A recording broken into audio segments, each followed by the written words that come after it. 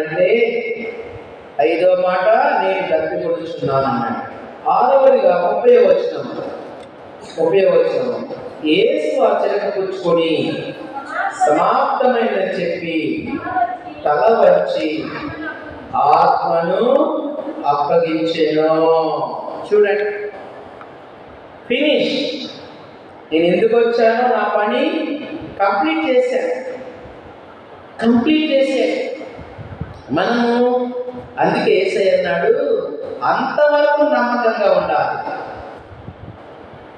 మీరు అయ్యా నేను బాప్తిసం పొందుకున్నాను, యేసయ్య నమ్ముకున్నాను, మరి నా కుటుంబంలో నేను, నా తల్లిదండ్రులు, నా బిడ్డలు అందరూ, నా భర్త పిల్లలందరూ వస్తున్నాము, ప్రభు నమ్ముకున్నామయ్యా అని మనము సంతోషించవచ్చు.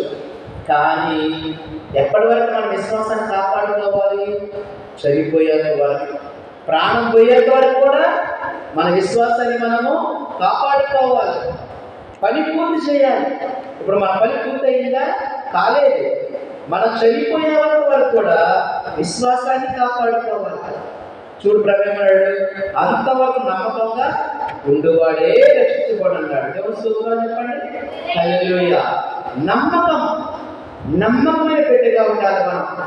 మోషే ఏమన్నాడు? ప్రభు సాక్షి చెప్తున్నాడు, నా ఇల్లందరిలో నమ్మకమైన వాడు అన్నాడు. భూలోకులన్నింటినీ సాక్షుడు అన్నాడు ప్రభు. మరి నమ్మకమైన బిడ్డగా ఉంటున్నావా? యేసయ్య నమ్ముకున్నావా?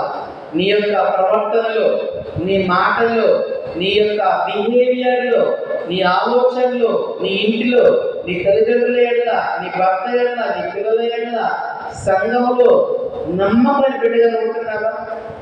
నమ్మకమైన బిడ్డగా ఉన్నట్లయితే నీవెంతగానో ఆశీర్వదించబడతావు. చూడండి, కాబట్టి మన యొక్క పని యేసయ్య ఎలాగా తన పని సంపూర్తి చేశాడో మన పని సంపూర్తి చేయడం అంటే ఏంటి? చనిపోయేంత వరకు నమ్మకంగా ఉండాలి. విశ్వాసాన్ని మనం ఏం చేయాలన్నా కాపాడుకోవాలి. విశ్వాసం లేకుండా దేవునికి ఇష్టం సాధ్యమా? అసాధ్యం కదా. నువ్వు సిలువ చూసినప్పుడు సిలువలో యేసయ్య ఏమన్నాడు? ఎవడైనా వెంబడింపబోనట్లయితే తన్ను తాను ఉపేక్షించుకొని దినదినము తమ సిలువను ఎత్తుకొని నన్ను వెంబడించమన్నాడు. దేవుడు సూత్రాలు చెప్పండి. హల్లెలూయా. మరి మనము ఆయన సిలువను మనము మోయడం అంటే అర్థం ఏంటి? సిలువను మోయడం అంటే ప్రతిరోజు కూడా ఆయన శుభార్తల ప్రకటన చేయాలి, ఆయన మాటలు చెప్పాలి. నువ్వు మరి నీ గృహిణి అనుకో, నీ బిడ్డలకు వాక్యం చెప్పుకోవాలి, నీ తల్లిదండ్రులకు వాక్యం చెప్పాలి, నీ ఇరుగు పొరుగు వారికి వాక్యం చెప్పాలి, నీ స్నేహితులకు వాక్యం చెప్పాలి. సిలువను మోయడం అంటే ఎవరు నేను అవమానం చేశారనుకో, అయినా సిలువను మోయడం అంటే ఆ ప్రభుత్వ అవమానం కూడా చేద్దాం. యేసయ్య కొరకు శ్రమలు కూడా అనుభవించాలి. అనేక శ్రమలను అనుభవించి దేవుని రాజ్యంలోకి మనము ప్రవేశించాలి. దేవుని స్తోత్రం చెప్పండి. హల్లెలూయా. ఆయన రాజ్యంలో ప్రవేశించాలంటే అనేక శ్రమలు మనము అనుభవించాలి. చూస్తామా? కాబట్టి ప్రియమైన దేవుని బిడ్డలారా, మనము యేసయ్య అన్నాడు, నీవు నన్ను వెంబడింపబోనట్లయితే తండ్రి నేను అన్నదమ్ములను అక్క చెల్లెలను నాకన్నా ఎక్కువగా ప్రేమించేవాడు నా మగుడు కాడన్నాడు.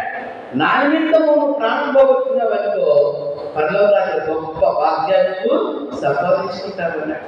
ఒకడు సర్వలోకాన్ని సంపాదించుకుని తన ప్రాణం పోగొట్టుకుని వారికి ఏం ప్రయోజనం కదా. కాబట్టి ప్రియమైన దేవుని సంఘం, ఆయన కోసం ప్రాణం పోగొట్టుకున్నాము. యేసయ్య కొరకు పరలోక గొప్ప భాగ్యాన్ని మనము సంపాదించుకుంటాం. సాధు సుందర్ సింగ్ అన్నాడు, సిలువ అనేది పరలోకానికి ఒక తాళపు చెవి అంటారు. ఎలాంటిది? తాళపు చెవి. మన మందిరం ఒప్పించాలంటే ఏముండాలి? తాళం ఉండాలి. పరలోకానికి వెళ్ళాలన్నా కూడా ఆ యొక్క సిలువని పరలోకానికి వెళ్ళి ఆ సిలువని తాళపు చెవి మన దగ్గర ఉండాలి. దేవుని స్తోత్రం చెప్పండి. హల్లెలూయా. కాబట్టి ఇక్కడ మనము సిలువను మోయటం అంటే ఆయన కొరకు శ్రమలు అనుభవించాలి, ఆయన నామాన్ని ప్రకటన చేయాలి, ఆయన నామాన్ని మహిమపరచాలి, ఆయన గురించి మన ఇతరులకు సువార్త ప్రకటించాలి. కాబట్టి యేసయ్య చెప్పినటువంటి ఆ యొక్క 6వ మాట సమాప్తమైన అన్నాడు. మన యొక్క తుదిశ్వాస విడిచేంత వరకు కూడా ఆయన మనం ప్రేమించిన బిడ్డలమైతే, ఆయన విశ్వాసించిన మన బిడ్డలమైనప్పుడు మన ఇతరులకు మన సువార్త ప్రకటన చేయాలి. వార్షికోత్సవ రోజు నేను ఒక మాట చెప్పాను. ఏం చెప్పాను? అందరు సేవకులందరూ కూడా ఈ జీవాధిపతి ప్రార్థనా మందిరం ఇంకా అనేక మంది వచ్చి ఈ జీవాధిపతి ప్రార్థన రక్షణ పొందాలి, అనేక మంది చుట్టుపక్కల గ్రామాలు కూడా ఆశీర్వదకరంగా ఉండాలి అని మా యొక్క సంఘం వాళ్ళకు ప్రార్థన చేయమని చెప్పాడు కదా. సో కాబట్టి ఏంటి, దేవుని నమ్మని బిడ్డలు ఊరకుండా